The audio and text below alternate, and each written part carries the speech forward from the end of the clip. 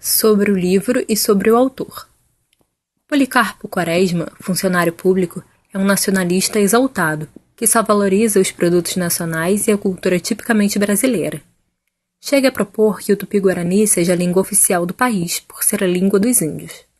Somente o amigo Ricardo Coração dos Outros e a afilhada Olga valorizam suas ideias. Os outros acham que ele é meio louco, e Quaresma passa alguns meses internado num hospício. Quando sai de lá, compra um sítio no interior e resolve se dedicar à agricultura, mas acaba envolvido na politicagem local. Volta ao Rio de Janeiro quando acontece a revolta da Armada. Ao defender o governo do Marechal Floriano Peixoto, Quaresma mais uma vez se desilude pela falta de nacionalismo dos governantes do país e acaba sendo preso. No final, percebe que a pátria que defendia era apenas um sonho e a realidade é bem diferente. Triste Fim de Policarpo Quaresma, publicado em capítulos num jornal em 1911 e em livro em 1915, narra uma história que se passa em 1893, ano em que aconteceu a revolta da Armada no Rio de Janeiro. A Marinha se rebela contra o presidente Floriano Peixoto, querendo derrubar o governo. Também na época, acontece a Revolução Federalista no Rio Grande do Sul, que durou até 1895. O grupo dos federalistas enfrenta os republicanos, que contavam com o apoio federal e acabam vencendo. Além disso, a obra faz várias referências à Guerra do Paraguai, 1864 a 1870, na qual a Tríplice Aliança formada por Brasil, Argentina e Uruguai, apoiada pela Inglaterra, combate o Paraguai, país que começava a se destacar economicamente e por isso ameaçava os países vizinhos. Nessa guerra se destacam as batalhas do Curupaiti, ocorrida a 22 de setembro de 1866, onde as forças paraguaias foram vitoriosas e 5.000 soldados brasileiros morreram, e a de Humaitá, nome de uma fortaleza paraguaia que só foi tomada definitivamente pelas tropas aliadas no ano de 1868. Lima Barreto. Afonso Henriques de Lima Barreto nasceu em 13 de maio de 1881, 8 anos antes da abolição da escravatura. Mestiço e de origem humilde, filho de um tipógrafo e de uma professora primária, que morreu quando ele tinha 6 anos, Lima Barreto estudou em várias escolas e chegou a ingressar na Escola Politécnica do Rio de Janeiro, de onde saiu, por causa da loucura do pai, para ajudar a sustentar a família. Dedicou-se ao jornalismo, trabalhando em vários jornais e revistas, e começou a publicar suas obras. Como o pai, passou a beber muito, foi internado em sanatórios e acabou sendo considerado inválido para o serviço público em 1918. Lima Barreto morreu em 1922 por problemas no coração. Triste Fim de Policarpo Quaresma. Capítulo 1. A lição de violão. Policarpo Quaresma, conhecido como Major Quaresma, chegou em casa no horário de sempre, 4h15 da tarde, como acontecia há mais de 20 anos. Era um homem pequeno, magro e tinha um olhar baixo. Parecia estar sempre olhando para os próprios pés, mas os olhos brilhavam de força e entusiasmo por trás dos óculos quando se fixavam. Vestia fraques curtos na frente e com abas atrás, nas cores preto, azul, cinza ou listrado. Uma cartola alta, de abas curtas, completava aquele figurino fora de moda. Era subsecretário do Arsenal de Guerra. Saía do serviço, comprava algumas frutas, queijo, pão e tomava o bonde para São Januário, onde morava, numa rua asfaltada. Todos conheciam esses hábitos e respeitavam aquele homem sério que tinha casa própria e vivia confortavelmente. Só não vivia sozinho porque a irmã Adelaide dividia casa com ele. Era gentil e educado com todos e não tinha inimigos, mas também não tinha amigos por causa do jeito esquisito. Um médico da vizinhança implicava com os livros do major. Para que ler se não é formado? Pretensioso. Quaresma não costumava exibir os livros, mas qualquer um podia ver as estantes cheias sempre que as janelas da sala estavam abertas. Ali estava o melhor da literatura nacional. De Bento Teixeira tinha o poema Prosopopeia, o primeiro a tratar das maravilhas da natureza brasileira.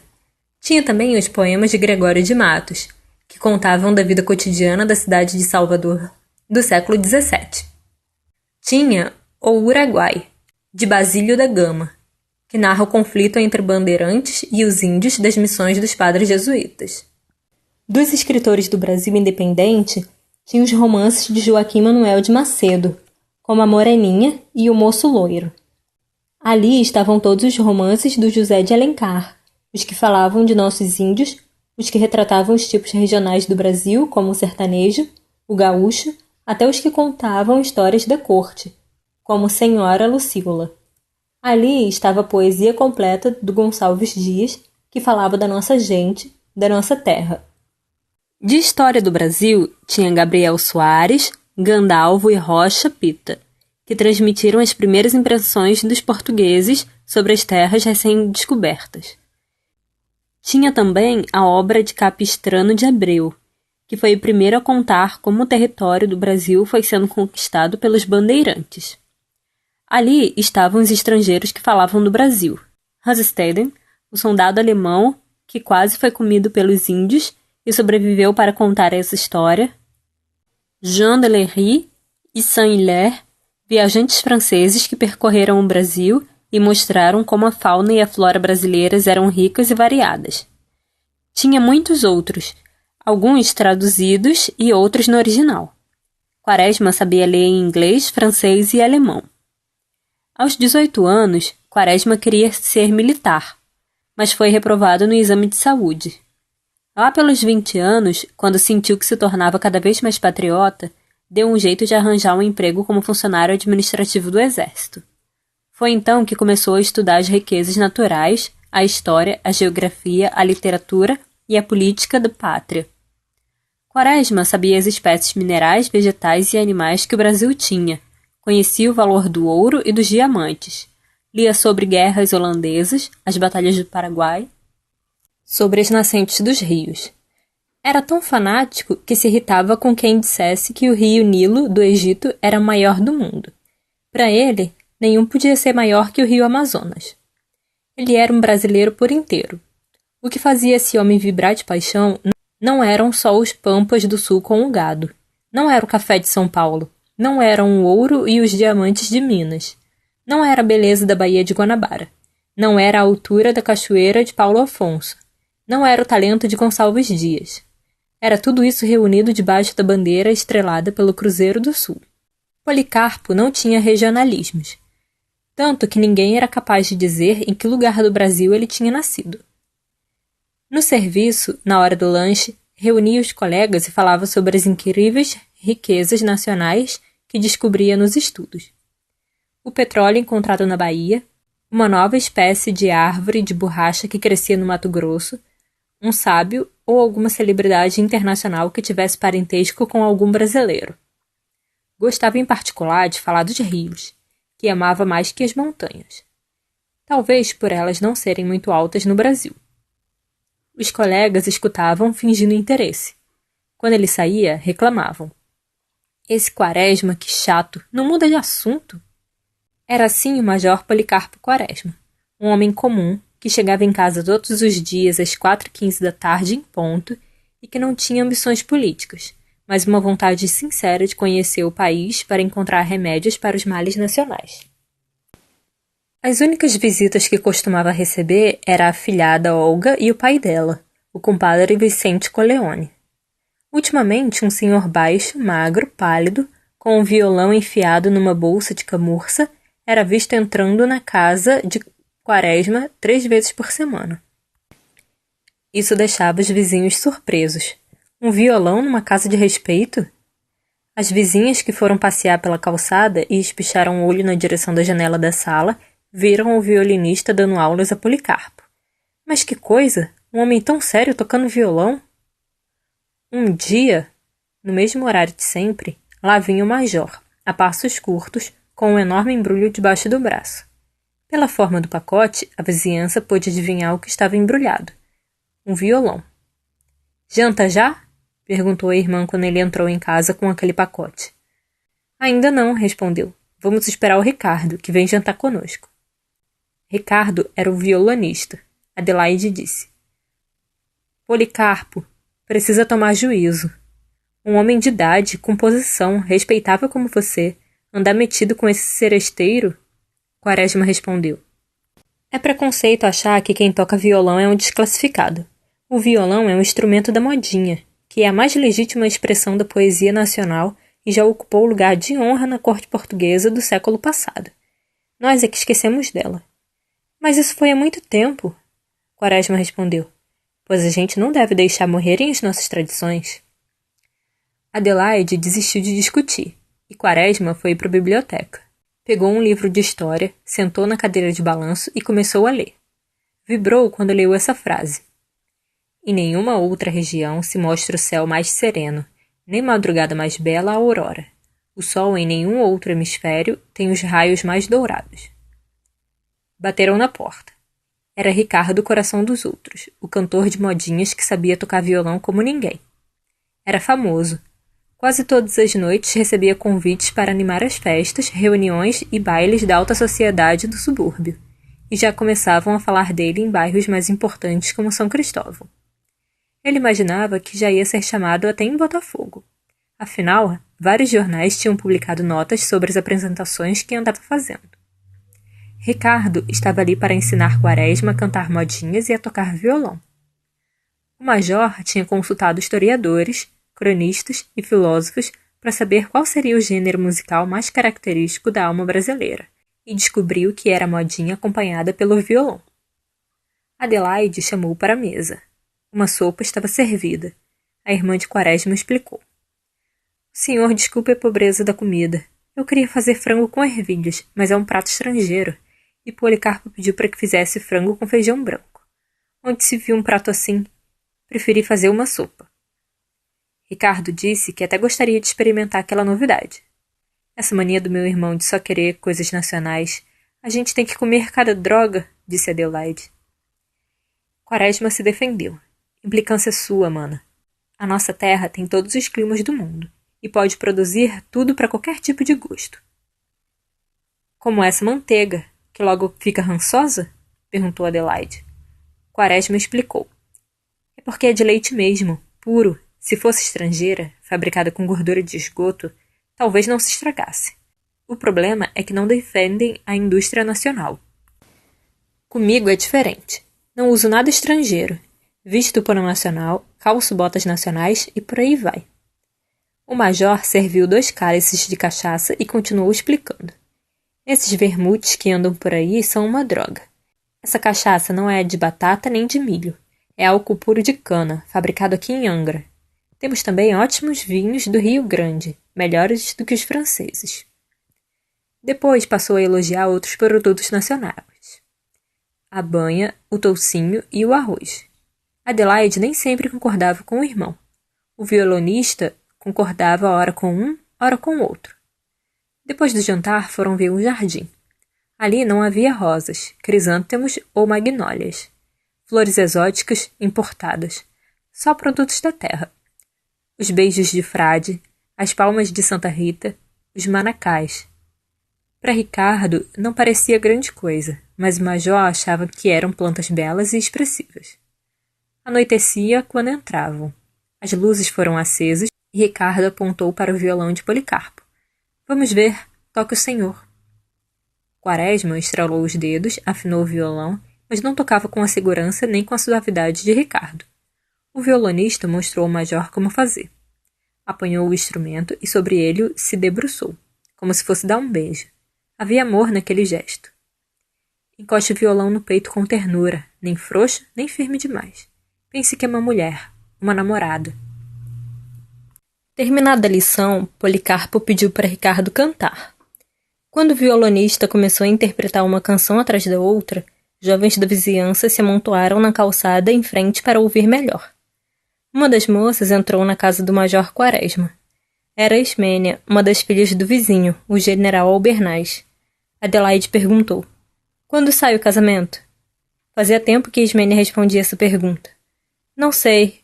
Meu noivo se forma no fim do ano. Aí a gente marca a data. O noivo, Cavalcante, estudava para dentista. O curso era de 2 anos, mas já tinha passado 4 e nada de Cavalcante se formar. Ismênia tinha uma cabeça delicada, coroada de cabelos castanhos com tons de loiro. Não era feia nem bonita. Era simpática, e não se importava muito de ouvir sempre a mesma pergunta. O importante é que tinha noivo, e o casamento ia acabar acontecendo. O pai de Ismênia estava mandando convidar o violonista para cantar na casa deles, e foram os 4 para a casa do vizinho. Capítulo 2. Reformas radicais. Depois de 30 anos de dedicado estudo aos temas da pátria, Quaresma sentia dentro de si um forte impulso para fazer algo que demonstrasse o grande amor que sentia pelo Brasil. Ele estava convencido que o nosso país tinha vocação para ser mais importante nação do mundo, mais que a Inglaterra. Para isso, era necessário começar a fazer apenas pequenas melhorias, que o tempo faria o resto.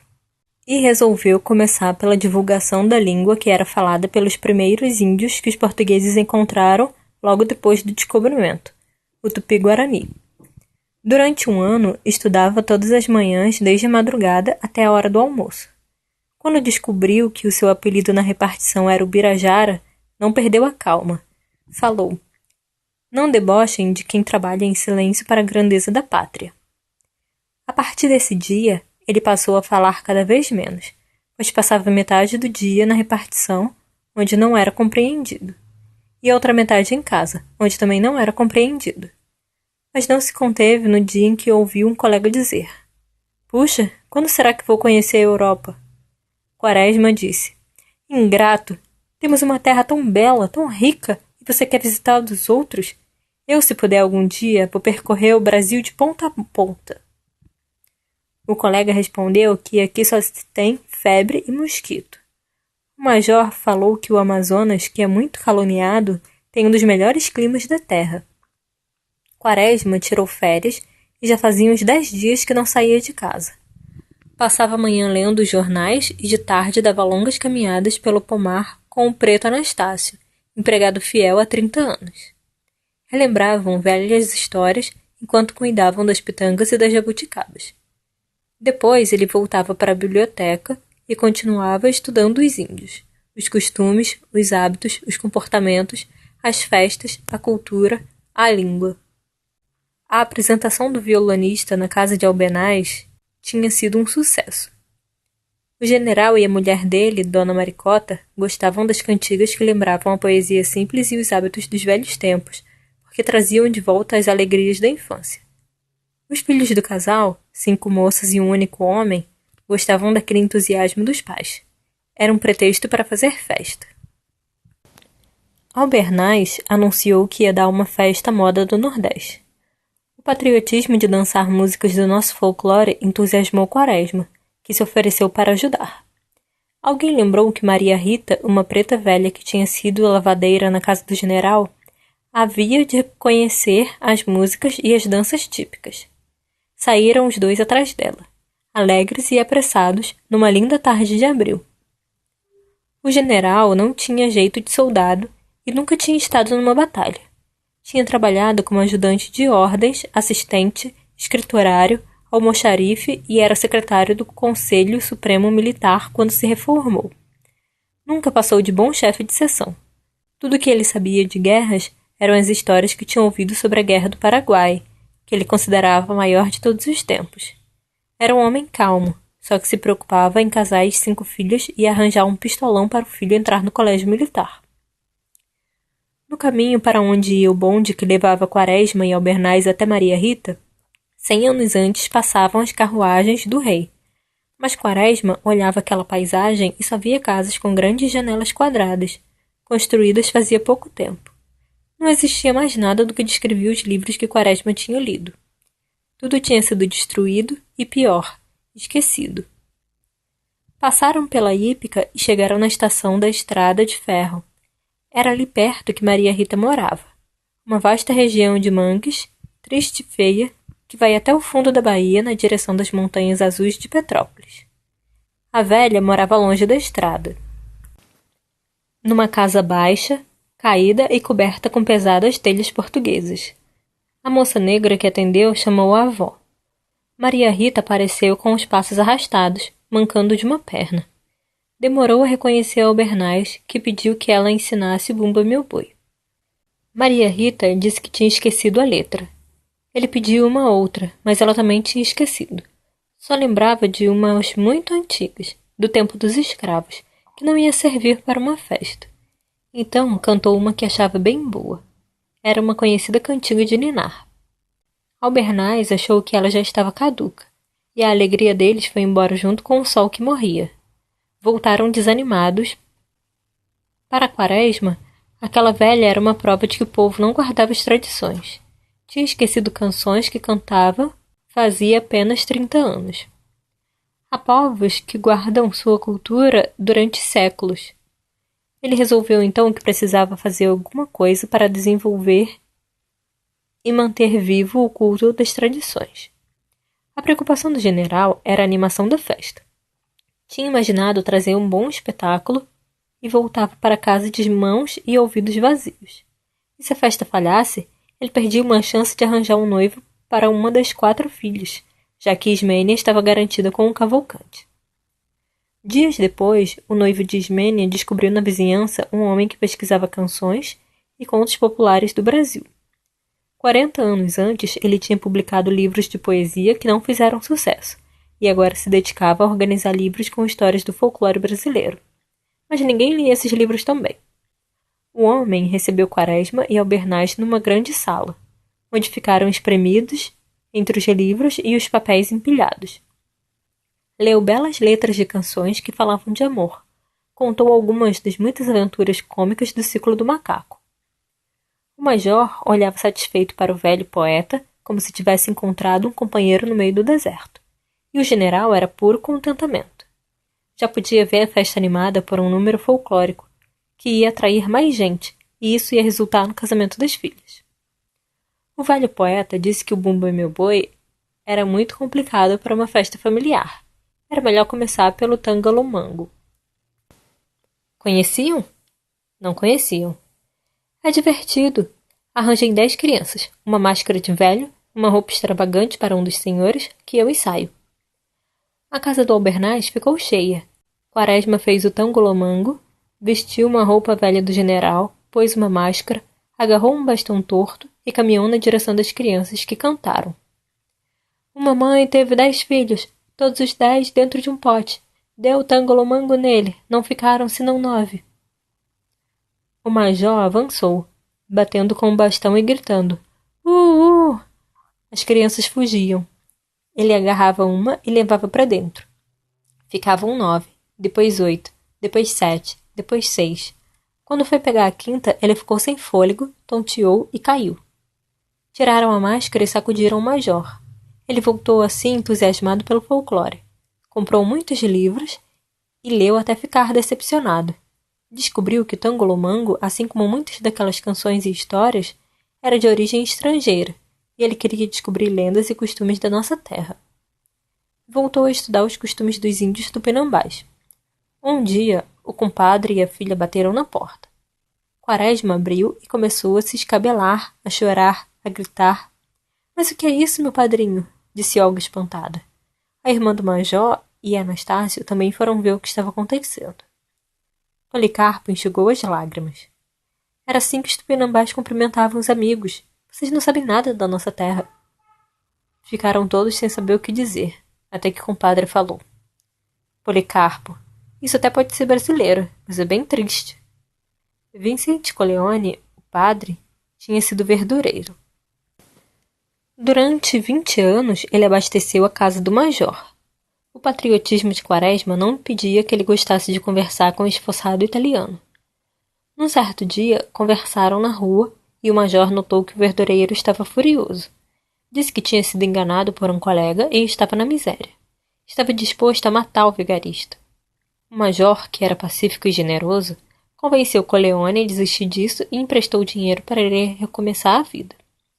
Vicente pôs uma quitanda, ganhou algum dinheiro, virou empreiteiro de obras, enriqueceu, casou, teve a filha e convidou Quaresma para padrinho. Foi a afilhada Olga, agora já crescida, que puxou a conversa. Tem lido muito, padrinho? Muito, minha filha. Medito sobre a reforma nacional, a libertação de um povo. Não vá se meter em conspiração, sorriu a moça. Não se assuste, Olga. A coisa vai ao natural, sem violência. Ricardo, o coração dos outros, chegou, de casaco comprido e violão em punho. Olga disse que já tinha ouvido falar nele. Orgulhoso, o tímido violonista soltou a língua. Já leu meus versos? Não, mas li uma crítica sobre seu trabalho. Ah, gemeu Ricardo. Foi uma crítica injusta. Disseram que os meus versos estão errados porque não sabem que a poesia, para ser cantada, é diferente da poesia que fica só no papel. Olga comentou. O que me parece é o que o senhor faz versos para a música, e não música para os versos. O major resolveu dar uma opinião. Olga, ele é um artista que luta para valorizar o violão. Ricardo ficou animado. Aqui ninguém leva a sério, mas na Europa, todos respeitam quem se dedica a um instrumento tão difícil. Espere aí, interrompeu Quaresma. Há outros instrumentos bem mais difíceis. O piano? Perguntou Ricardo. Que piano? O maracá, a inúbia. Todos fizeram cara de espanto, e o major ficou escandalizado. São os verdadeiros instrumentos nacionais, usados por nossos antepassados, os caboclos. Ricardo fez cara de desgosto. Instrumento de caboclo. Policarpo reagiu. Pois os pesquisadores dizem que são muito sonoros e agradáveis de ouvir. E se são instrumentos de caboclo, o violão, que é de malandro, também não é grande coisa. De malandro, major? Olga estava surpresa com a agitação do padrinho, que era tão sossegado. Capítulo 3. A notícia do genelício. Agora, quando vinha aquela pergunta de sempre, Ismênia finalmente podia dar uma resposta. Então, quando casa, Ismênia? Ela respondia sorridente. Em março. O noivo finalmente ia se formar dentista no fim do ano. Depois de 5 anos de noivado, Ismênia estava contente com a data marcada, mas não sentia nenhuma paixão pelo noivo. O casamento era, para ela, uma obrigação que tinha de cumprir. Desde criança sempre tinha ouvido em casa, na casa dos outros, nas festas, no colégio, em qualquer lugar, que as moças precisam casar. Casar era o destino. Não casar é que seria uma emoção muito ruim, uma vergonha, um crime. Ismênia não era muito baixa nem muito magra. Tinha um narizinho mal feito e um rosto comum, mas não era feia. Toda sua beleza estava nos cabelos sedosos, castanhos com tons de louro. Aos 19 anos, tinha começado um namoro com Cavalcante. O pai não gostou. Um dentista é quase um barbeiro. É muito melhor um militar, que tem Montepio e gratificação no salário. Ismênia tinha muito medo de não arranjar outro, e a mãe acabou convencendo o general de que dentistas ganhavam bem. Quando soube, 1 ano depois, das dificuldades financeiras do rapaz, Albernaz pagou a matrícula e comprou livros. Ele era generoso, fazia de tudo para casar as filhas. Para diminuir as despesas, convidou o rapaz para jantar com a namorada todos os dias. O pedido trouxe muita alegria para a família. As irmãs da noiva, Quinota, Zizi, Lalá e Vivi, estavam muito mais alegres do que Ismênia. Agora podia começar a pensar em casar também. No sábado seguinte, deram uma festa para comemorar. Dona Maricota reclamou do jeito da filha. Minha filha, até parece que não é você quem vai casar. O que a senhora quer que eu faça, mamãe? Ora, não é preciso ficar rindo à toa como uma sirigaita, mas eu nunca vi uma noiva como essa cara. Ismênia se esforçou, mas não era capaz de fazer uma cara contente por muito tempo. Logo voltava a ficar sossegada, olhando os convidados de longe. Eram muitos. Moças da vizinhança, o contra-almirante Caldas, o doutor Florenço, que era engenheiro das águas, o major honorário Inocêncio Bustamante, o senhor Bastos, que era guarda-livros, e outras pessoas importantes. Ricardo, o violonista, não veio porque não foi convidado. Albernaz tinha medo de que o seresteiro não fosse adequado para uma festa séria. Quaresma foi convidado, mas não apareceu. Num lado da sala, Ismênia respondia aos cumprimentos, às perguntas e às sugestões das moças com aquele jeito quieto e retraído. No outro lado, Cavalcante, cercado pelos rapazes, falava com orgulho da formatura. Os senhores não imaginam os tropeços, as dificuldades. Eu fui um herói. Para aqueles homens, ele não era mais o Cavalcante que eles conheciam. A formatura era uma promessa de uma boa situação para o novo dentista. Todos ali lamentavam pelo curso que não tinham feito e pela boa situação que não iam conseguir. Cavalcanti se fazia de modesto, dizendo que o título já não valia nada por causa dos novos cursos técnicos que logo estariam formando dentistas em excesso. Na sala de jantar, o general estava reunido com os que tinham títulos: o contra-almirante Caldas, o major Inocêncio, o doutor Florenço e o capitão de bombeiros Sigismundo. A carreira de Caldas na marinha tinha sido parecida com a de Albernaz no exército. Quando era um jovem primeiro-tenente, não tinha jeito para fazer amigos nem para bajular os comandantes. Por causa disso, nunca era lembrado na hora das promoções, nem era chamado para as campanhas. Só embarcou num navio por muito pouco tempo durante a Guerra do Paraguai. Quando chegou a capitão-tenente, foi mandado para o Mato Grosso para comandar o couraçado Lima Barros. Quando chegou, descobriu que não tinha nenhum navio com esse nome no Rio Paraguai. Talvez estivesse no Rio Uruguai, no Rio Grande do Sul. Fez outra cansativa e demorada viagem, e nada do navio. Quem sabe no Rio Amazonas? Voltou para o Rio de Janeiro e estava embarcando para o norte quando foi preso e processado por ter perdido o navio. Só quando descobriram que o Lima Barros tinha afundado durante a Guerra do Paraguai é que Caldas foi declarado inocente.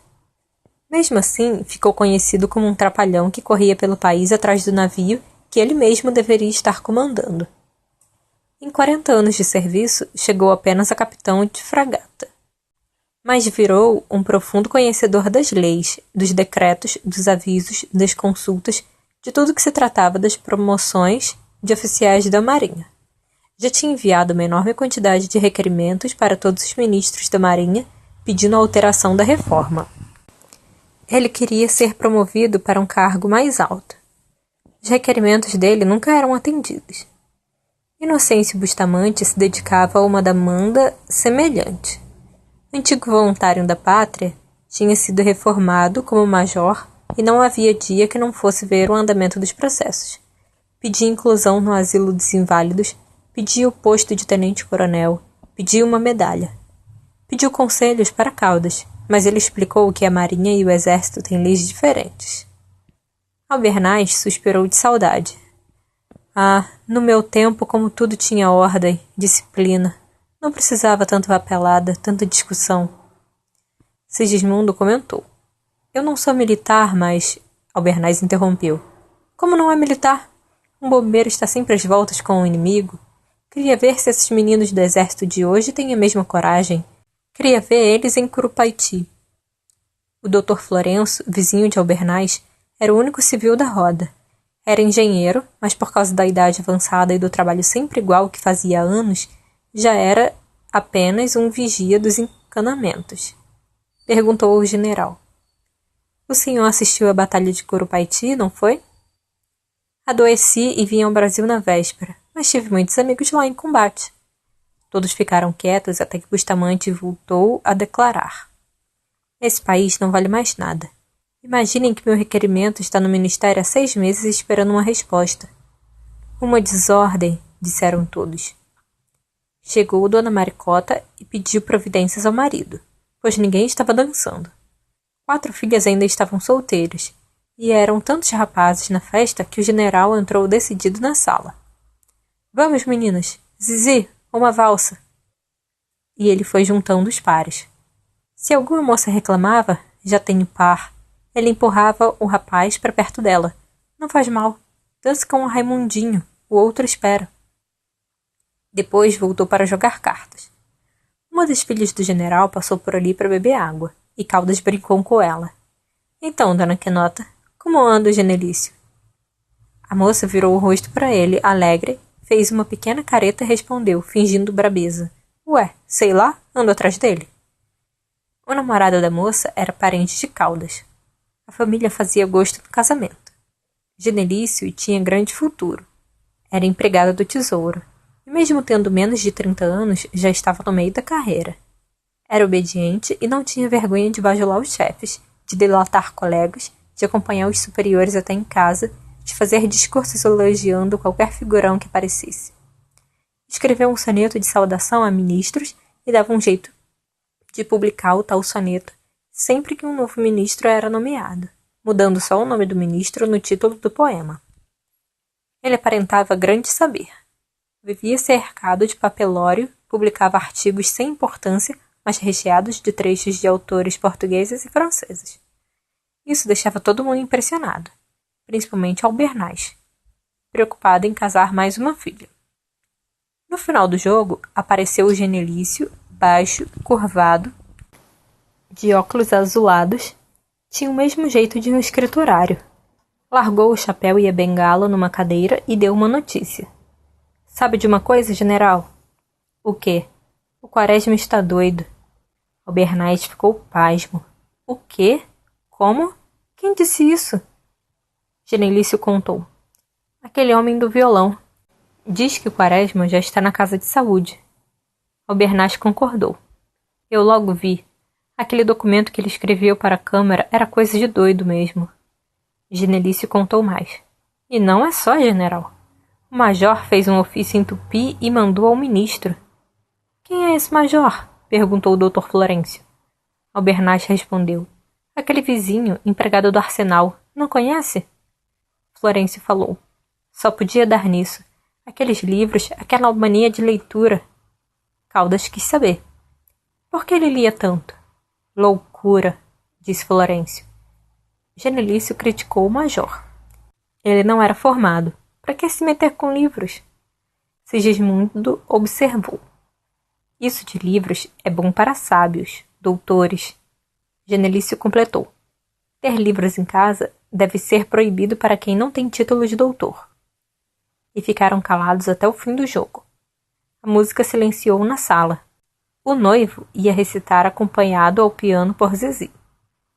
Cavalcante pronunciava as palavras com capricho. A vida é uma comédia sem sentido, uma história de sangue e de poeira, um deserto sem luz. E o piano gemia, seguindo aquelas palavras dolorosas. Capítulo 4. Desastrosas consequências de um requerimento. E por que o major Policarpo Quaresma foi parar no hospício? Porque tinha decidido fazer alguma coisa para mostrar o grande desejo que tinha de contribuir para o progresso do Brasil. Escreveu um requerimento para a Câmara, propondo a substituição do português pelo tupi-guarani. O português, dizia no seu documento, é uma língua emprestada ao Brasil. É por isso que a gente está sempre discutindo sobre a gramática, e todos ficam se acusando de não saber falar direito. Já o tupi-guarani é a nossa língua-mãe, e por isso retrata a nossa terra e nossos costumes com fidelidade. Deve, portanto, ser adotado como língua oficial brasileira. Na Câmara, ninguém prestava atenção quando eram lidos esses documentos mandados por cidadãos comuns. Mas o secretário começou a rir, e aos poucos, todos foram se entregando a uma gargalhada geral. No dia seguinte, os jornais noticiaram a sessão da Câmara, ridicularizando a proposta. Um deles publicou uma caricatura do major.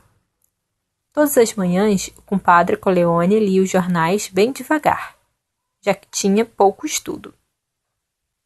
Teve tanta dificuldade de entender a linguagem irônica que usaram para dar a notícia do requerimento do compadre que pediu ajuda para a filha.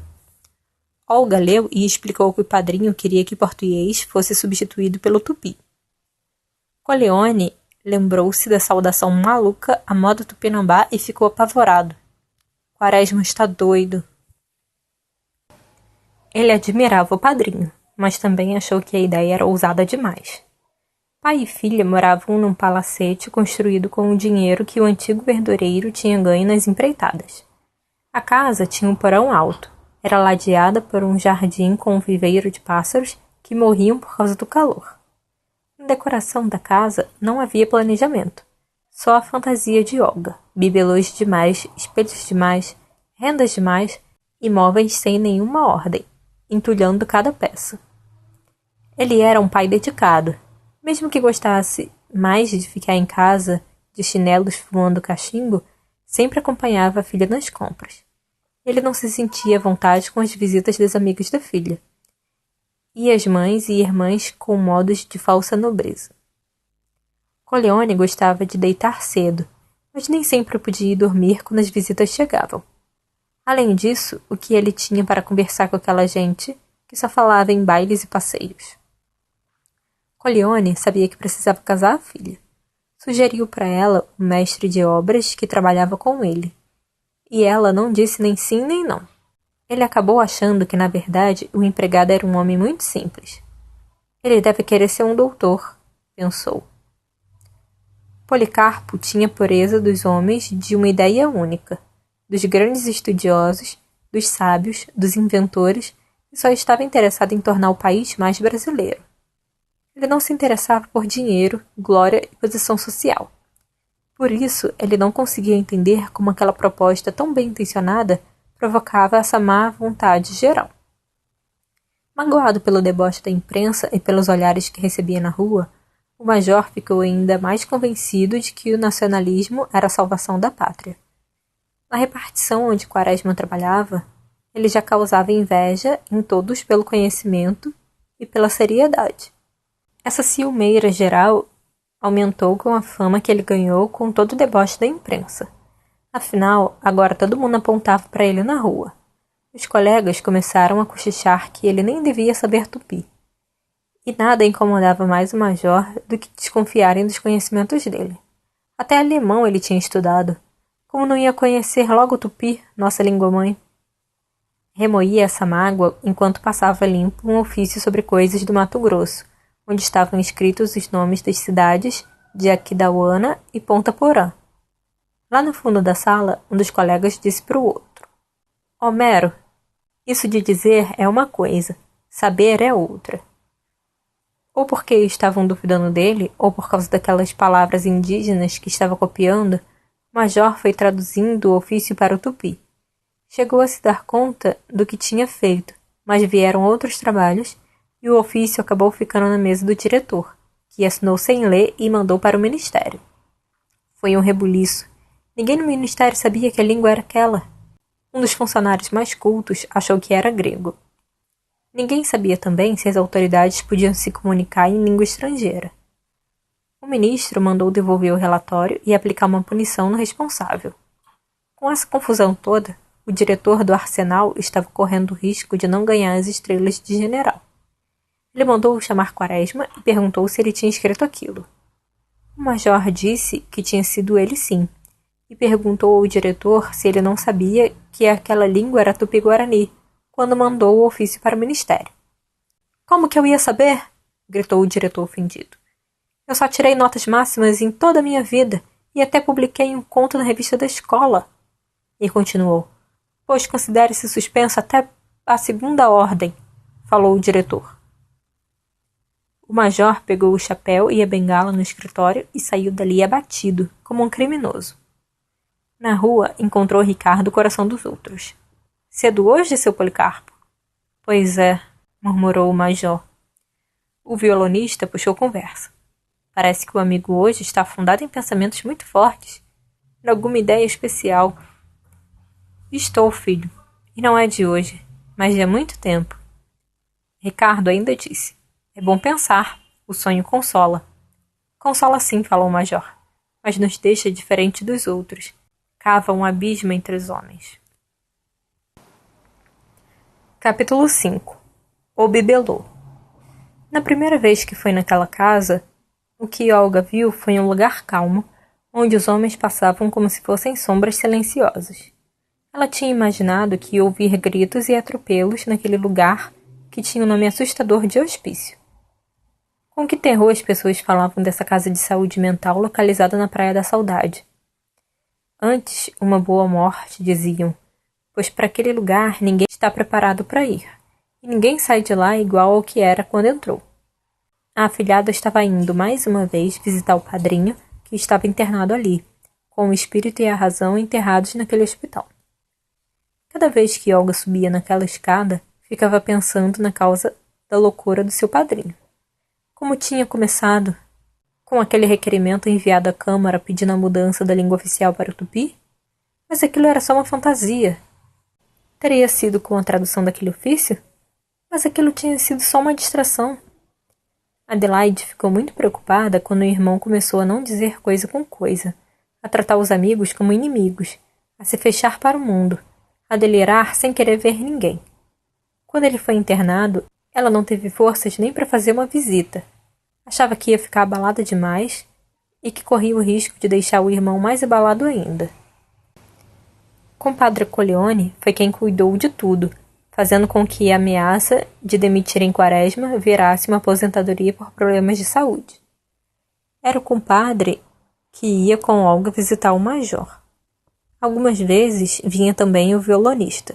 Traziam os jornais e revistas ilustrados para ele se distrair.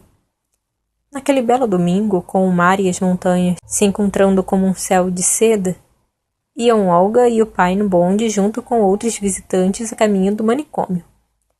Ela se esforçava para olhar de frente aquelas pessoas de todo tipo que, independentemente de nascimento ou fortuna, se igualavam diante da porta do prédio. Naquele outro mundo, todos entravam respeitosos e apavorados. Não é só a morte que iguala a gente. O crime, a doença e a loucura também acabam com as diferenças em que a gente inventa. Lá dentro, os embrulhos eram desfeitos. Presentes, doces, livros, gente calada, gente que falava pelos cotovelos. Mesmo na tristeza, pensava Olga, a vida é rica, variada, tem um grande movimento. Quaresma estava menos exaltado, menos delirante. Talvez se sentisse menos perturbado no meio de tanta gente perturbada. O choque da internação tinha feito com que ele fosse tomando consciência de quem era e do que queria. Tinha recuperado os modos amáveis e estava mais magro. Perguntou pela irmã. O compadre tentou explicar por que ela, mais uma vez, não tinha vindo. Quaresma interrompeu a explicação dizendo simplesmente: "Coitada." Perguntou pelo violonista, que nem sempre vinha. Olga respondeu que ele estava cuidando da questão da aposentadoria, que já estava bem encaminhada. O compadre achava que o major estava sorrindo mais e que os gestos dele estavam quase calmos. Perguntou: "Já acha que pode sair daqui?" Quaresma falou devagar: "Vamos esperar até eu melhorar um pouco mais. Eu não queria incomodar vocês. Vocês têm sido bons comigo. Quem tem inimigos tem também bons amigos." O major disse aquilo e ficou emocionado. Então a moça anunciou: "Padrinho, vou casar." "Quem é o noivo?" quis saber o major. "Armando Borges. Ele está se formando em medicina", respondeu Olga. "Gostou da notícia, padrinho?" Quaresma respondeu com uma pergunta: "Gosta dele?" Ela só sabia que não via nele a grandeza acima do comum que sonhava ver no homem. Não via isso em homem nenhum. Sabia também que a sociedade quer que uma moça não demore muito para escolher seu marido.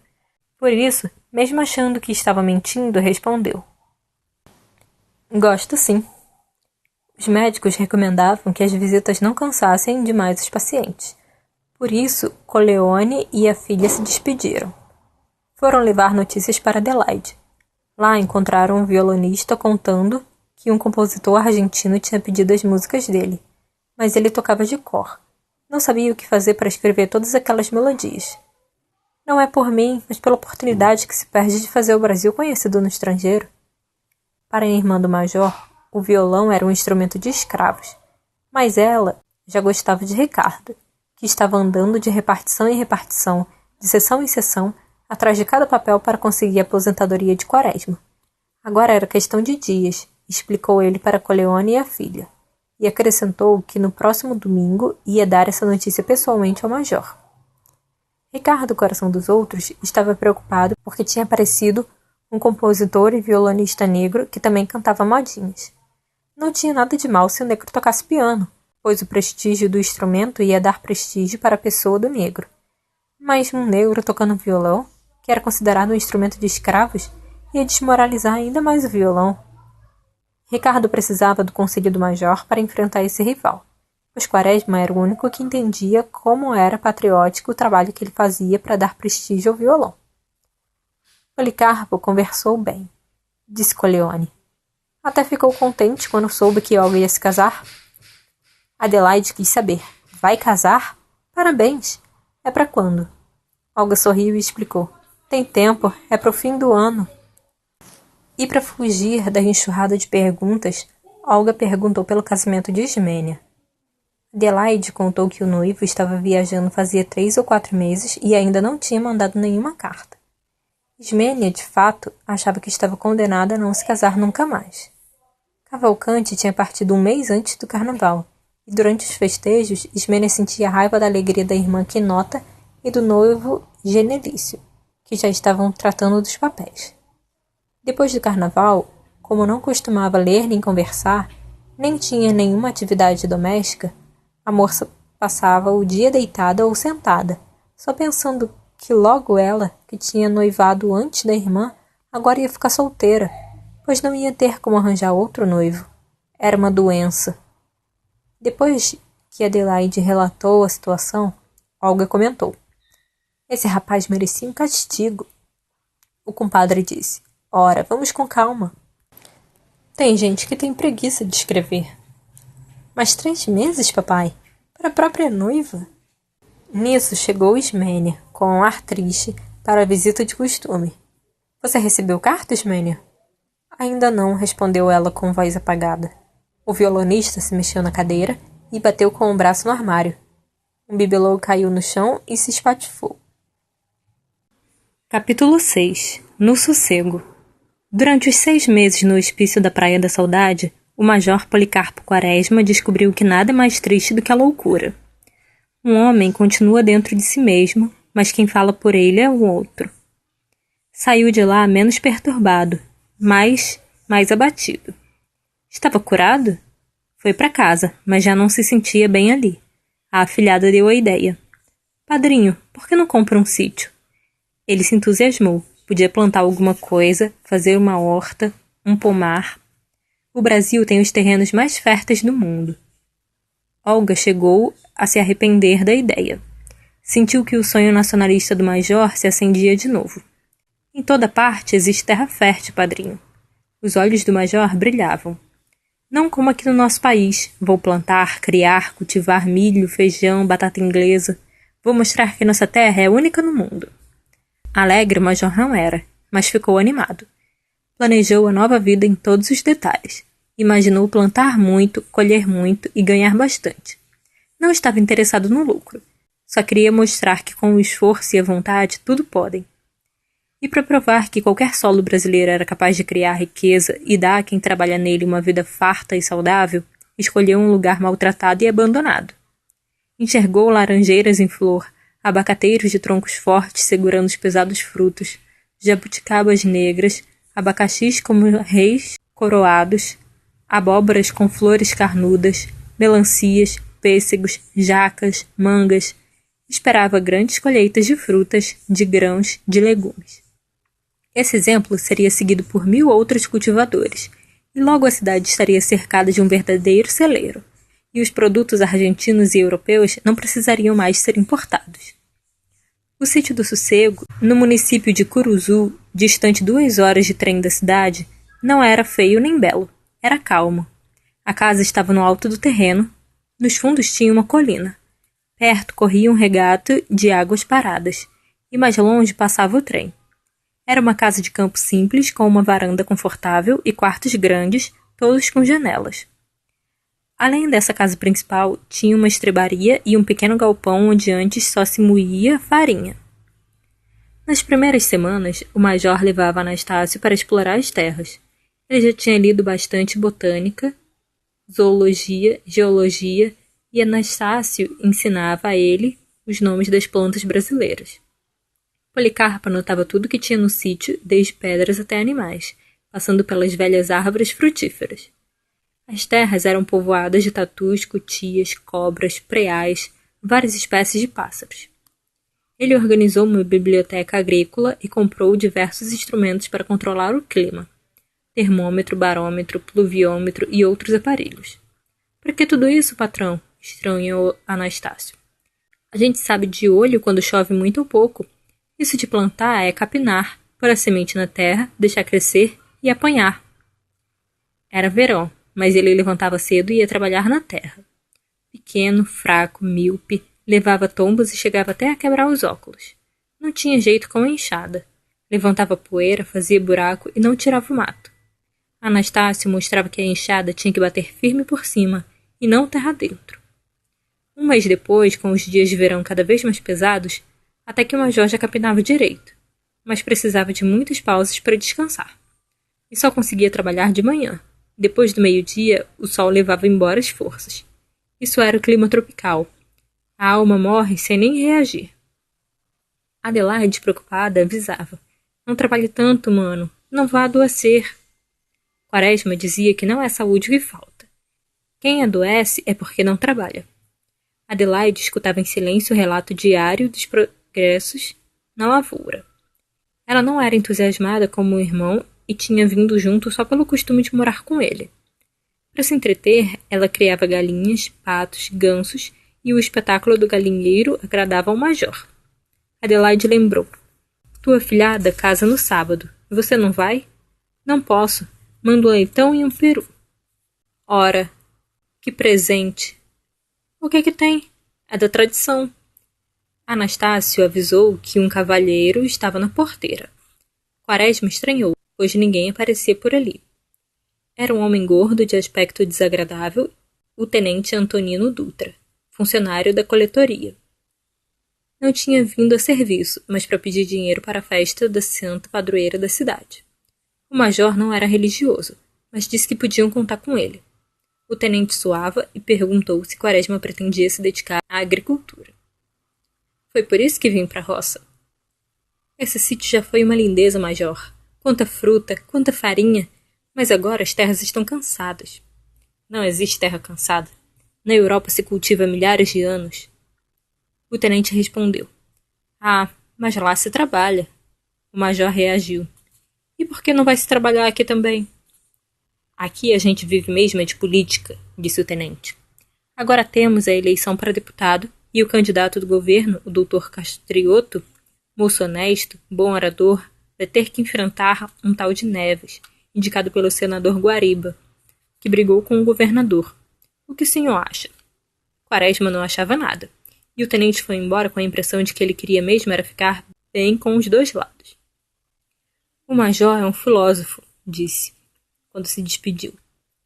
Policarpo ficou se perguntando por que toda a energia que colocavam nessas lutas políticas não era aplicada na terra, que só quer carinho, luta, trabalho e amor. O trem apitou na estação e logo seguiu a viagem. Alguém vinha caminhando com passos miúdos da estação na direção da casa. Vestia um casaco comprido e trazia um violão. Adelaide, aí está o Ricardo. Capítulo 7. Espinhos e flores. Nos subúrbios do Rio de Janeiro, parece que foi o vento que semeou as casas, e conforme as casas foram crescendo, as ruas foram sendo feitas. É rua larga que vai se estreitando como viela, é rua estreita que dá voltas e voltas. Tem casa luxuosa e tapera, tem jardim cuidado e mato nas calçadas. Tem gente direita e gente da pior espécie morando lado a lado. Nos quartos apertados das pensões vivem serventes, contínuos, rendeiras, compradores de garrafas vazias, castradores de gatos, cães e galos, mandingueiros, catadores de ervas medicinais. Moram famílias inteiras num só quartinho. Numa pensão modesta dessa, morava, fazia muitos anos, Ricardo Coração dos Outros. Não era um ambiente desagradável.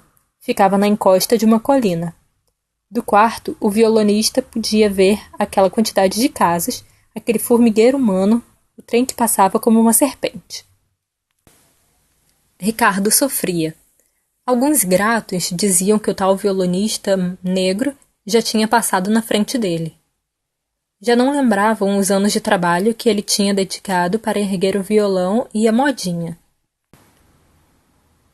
Lembrou a infância difícil numa aldeia sertaneja.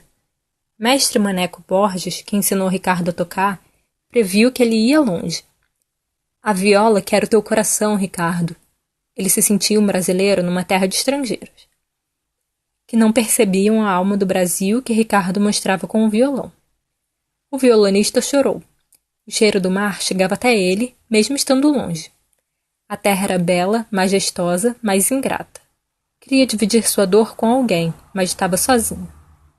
Da janela avistou uma pobre mulher negra que lavava roupa, 2 vezes triste, na cor e na condição de uma simples lavadeira.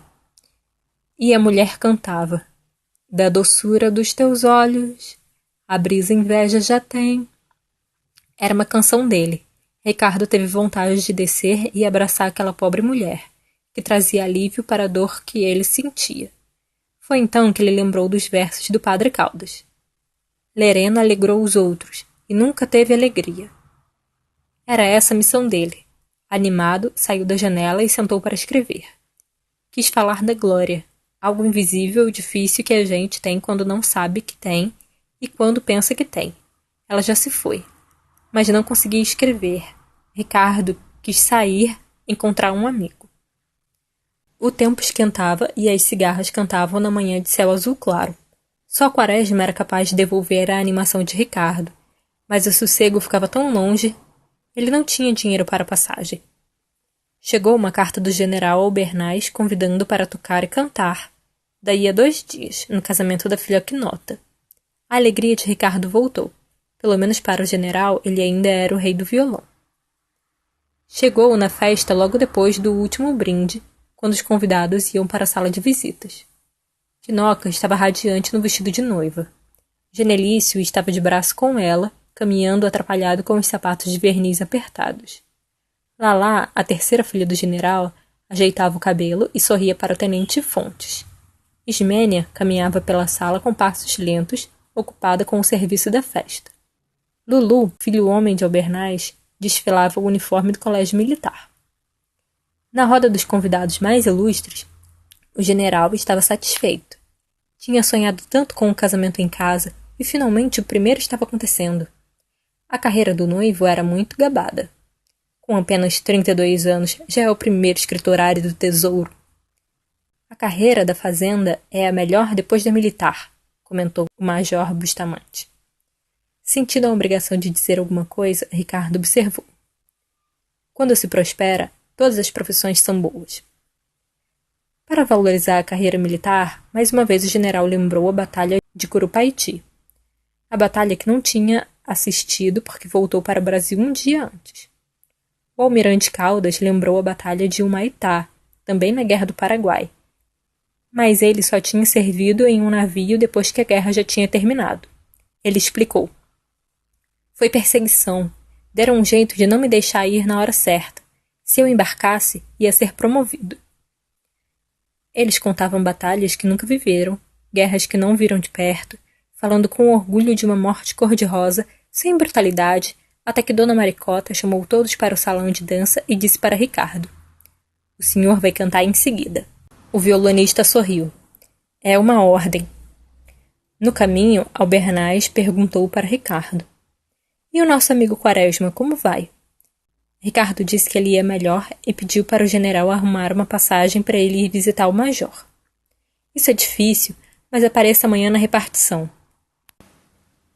Esse Quaresma. Ele podia estar bem, mas foi se meter com livros? Faz uns 40 anos que eu não pego um. Depois que a famosa filha do Dr. Lemos cantou uma canção italiana com o mau gosto de uma moça bem educada, chegou a vez de Ricardo. Vou cantar Os Teus Braços, modinha de minha composição, música e versos. É uma composição terna, decente e de uma poesia exaltada. Começou suave, com acordes longos, como uma onda, um soluço. Depois o violão acelerou, saltitante. E assim foi variando, ora gemendo, ora pulando. O aplauso foi fervoroso. Depois dos primeiros cumprimentos, quando voltava para a sala de jantar, Ismênia perguntou quando Ricardo ia ver Adelaide. Depois de amanhã devo ir lá, respondeu Ricardo. Então peça para ela me escrever. Eu queria tanto receber uma carta, confessou a moça com os olhos úmidos. Capítulo 8. Formigas. Na manhã seguinte, o casamento foi de Olga. O noivo é que estava contente com o novo rumo que estava dando para sua vida. Aceitou sem nenhum constrangimento tudo que o sogro deu. Ia ficar rico e já era médico. Achava que a noiva estava casando com ele por causa do diploma, mas estava enganado. Logo no começo do namoro, Olga tinha se iludido com o fingimento de inteligência e de amor pela ciência que Armando apresentava. Quando essa ilusão se desfez, ela não rompeu o noivado porque sabia que se não casasse com ele, ia acabar casando com outro igual. Quaresma não foi à festa, mas mandou os presentes. o leitão e o peru. O verão terminava, as chuvas começavam, o pomar estava limpo e os canteiros para a horta já estavam preparados quando Ricardo chegou para visitar um amigo. No dia seguinte, ele foi conhecer a vila. Passou pela barbearia, assistiu à saída da missa, conversou bastante e disse quem era. Depois de ter participado de tantas festas, a fama do artista já tinha chegado por ali. O violonista chegou para o sítio com o convite do Dr. Campos, o presidente da Câmara, para uma festa dali a 3 dias. Quaresma não acompanhou, mas ficou contente com o sucesso do amigo. O major tinha desistido de aprender violão, mas vibrava com o gosto daquela gente pelas coisas nacionais. Depois dessa festa, vieram outras, pois o Dr. Campos tratou de apresentar Ricardo para as pessoas importantes da cidade, e ele passou a ser convidado para a casa de todos. Numa manhã, conversava com Quaresma enquanto esperava que trouxessem um cavalo do presidente da Câmara para ir passear numa cachoeira próxima. Major, foi uma boa ideia vir para a roça. Vive-se bem aqui e pode subir na vida. Policarpo respondeu que ele não tinha esse tipo de desejo. Mas e quando a gente não pede e mesmo assim oferecem alguma coisa? Conhece o Dr. Campos, Major? Sabe que ele é o presidente da Câmara? Ele quer conhecer o senhor. Quaresma consentiu que Ricardo trouxesse o Dr. Campos no sítio e foi para a roça com Anastácio e Felizardo, o novo empregado, que não conseguia parar de falar enquanto roçava. Contava todas as novidades da briga entre o tenente Antonino e o Dr. Campos. Quaresma perguntou de que lado ele estava. Felizardo respondeu que essas coisas de políticas era para gente como o Major, que era amigo do Marechal Floriano Peixoto. Quaresma se assustou. Eu não sou amigo coisa nenhuma. Mal conheci o Marechal. Quem disse isso? Ouvi dizer que o Dr. Campos está inchado, que nem sapo com a amizade que fez com o senhor. Nada tirou da cabeça de Felizardo que o Major era amigo do presidente da República. Quaresma ficou pensando na conversa de Ricardo, nas insinuações, mas acabou se distraindo com o trabalho na roça. E acabou esquecendo tudo com a chegada da afilhada com o marido, no fim da tarde. O doutor Armando Borges não queria vir porque achava que não ficava bem ter intimidade com um sujeito sem título. Também não entendia como um sogro rico podia convidar um empregado de repartição para padrinho da filha. O contrário é que seria o normal. No entanto, a vaidade do moço ficou completamente satisfeita pelo respeito e pela consideração que recebeu de Quaresma e de Dona Adelaide. Na manhã seguinte, Quaresma, depois de ler no jornal um editorial contra pessoas que tinham vindo de fora para morar em Curuzu, deu com essas quadrinhas. Política de Curuzu. Quaresma, meu bem Quaresma. Quaresma do coração. Deixa as batatas em paz. Deixa em paz o feijão. Jeito não tens para isso. Quaresma, meu cucumbi. Volta a mania antiga de redigir em tupi. Não conseguiu imaginar por que motivo estava sofrendo aquele ataque. Ricardo contou que na cidade todos achavam que o major tinha se mudado para lá para fazer política. Tanto que deixava o povo fazer lenha do seu mato, dava esmolas, distribuía remédios homeopáticos. E não desmentiste isso tudo? Perguntou Quaresma. Ricardo disse que sim, mas ninguém queria acreditar. O doutor Campos levou Olga e o marido para visitarem a cachoeira, principal atração do lugar. O que mais impressionou Olga foi a miséria geral. Terras que não eram cultivadas, a pobreza das casas, o ar triste e abatido das pessoas. Não era essa a ideia que ela tinha da roça. Onde estavam as hortas, os pomares, o gado, as vacas leiteiras? Se fosse homem, ia encontrar uma solução. Ia andar por ali, observando, perguntando para descobrir a causa. Não podia ser só preguiça. No dia seguinte, foi passear na roça e perguntou para Felizardo por que ele não plantava na terra onde morava. O homem respondeu que a terra não era dele, que tinha formiga, que ele não tinha ferramenta, e acrescentou: isso é bom para italiano e alemão, que o governo dá tudo. O governo não gosta de nós. Olga ficou pensando. Não era dele a terra? Mas então de quem era toda aquela terra abandonada e improdutiva que tinha visto nas fazendas fechadas, com casas em ruínas? Quando chegou, encontrou o padrinho e o marido conversando.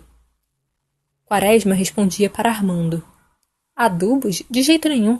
O Brasil tem as terras mais férteis do mundo. Mas a terra se esgota, Major. E na Europa tem terras mais férteis, como as terras negras da Rússia. O senhor não é patriota, doutor. Como pode? Esses moços. O jantar foi mais calmo. Depois, Ricardo cantou e Olga tocou piano. Antes das 11, estavam todos deitados. O major lia na cama e ouviu estranhos estalos que vinham da despensa, ao lado de seu quarto, um ruído parecido com gravetos quebrando. Levantou, pegou a vela, abriu a porta e não viu nada. Entrou na despensa e sentiu uma ferroada no pé. Quase gritou. Uma enorme saúva mordia com fúria aquela pele magra. Milhares delas carregavam as reservas de milho e feijão para uma cidade subterrânea. Matou 1, 2, 10, 20, mas uma mordeu a perna do major. 2, 10, 20 foram subindo por suas pernas, pelo corpo todo. Custou a encontrar a porta no escuro e fugiu daqueles pequenos inimigos.